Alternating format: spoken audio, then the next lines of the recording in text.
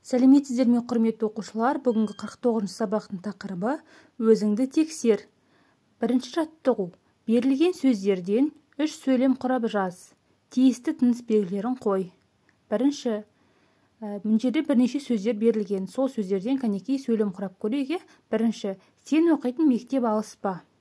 Екінші сөздерден мәтінге ат қоюға болады деген сөйлем шығады. Үшінші, аюдың баласы не? Яғни сөйлемнің соңында сұрақ белгісі қойылады. Екінші жаттығу. Мұғалім менің мектебім өлеңін жатқа жазуды тапсырды. Өлеңді жатқа жазу үшін алдымен, содан соң, содан кейін, ең соңында не істейсің? Өлеңді қалай жатқа жазады тақырыбында әңгімелеу мәтінін құрастыр. Мәтінді алдымен мәтінді оқып, не туралы оқығанымды көз алдыма елестетемін сөйлемінен бастап жаз. Құрастырған мәтінің қай сұраққа жауап береді? Олай болса, мынандай сөйлем құрап көрейік. Мәтін құрап көрейік. Алдымен мәтінді оқып, не туралы оқығанымды көз алдыма елестетемін. Содан соң, өлеңді тағы бірнеше рет оқып шығамын. Содан кейін шумақ бойынша жаттауға кірісемін. Ең соңында барлық жаттаған шумақтарымды қосып, бір қайталаймын. Бұл жерде құрастырған мәтін не істеймін деген сұраққа жауап береді. Құрметті оқушылар, үшінші жаттауға назар аударайық. Сұрақтардың көмегімен суреттегі затты сипаттап жаз. Бізде суретте ненің суреті бейнеленген? Дұрыс айтасыздар, доптың суреті бейнеленген, е? Олай болса, доптың маңайындағы берілген сұрақтардың көмегімен допты сипаттап көрейік. Бірінші, түсі қандай? Доптың түсі ала. Көлемі қандай? Көлемі үлкен. Неден жасалған? Іші матадан тігіліп, сырты резинкамен қапталған.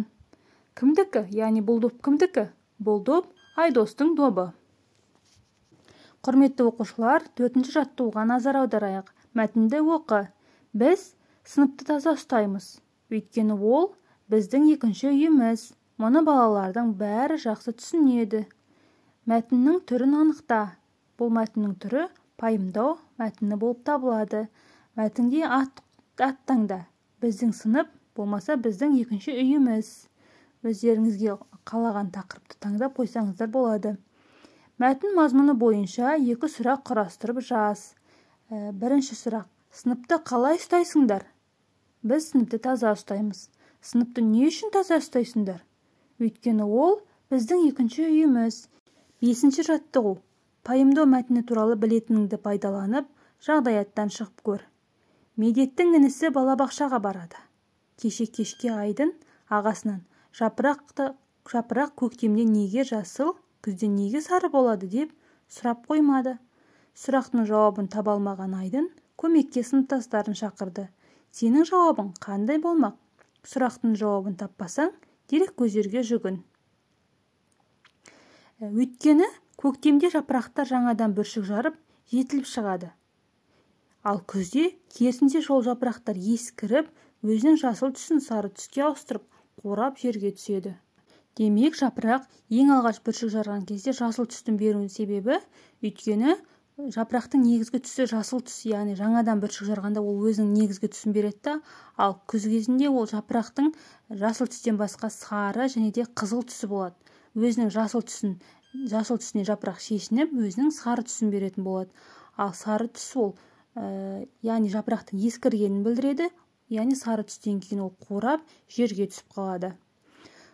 Құрметті оқушылар, біздің бүгінгі сабағымыз аяқталды. Егер де сабақ сіздерге пайдалы болған болса, онда міндетті түрде арнама жазылып кетуді, лайк басуды, төменге пікір қалдыруды ұмытпаңыздар. Келесі сабақта жолыққанша аман сау болыңыздар.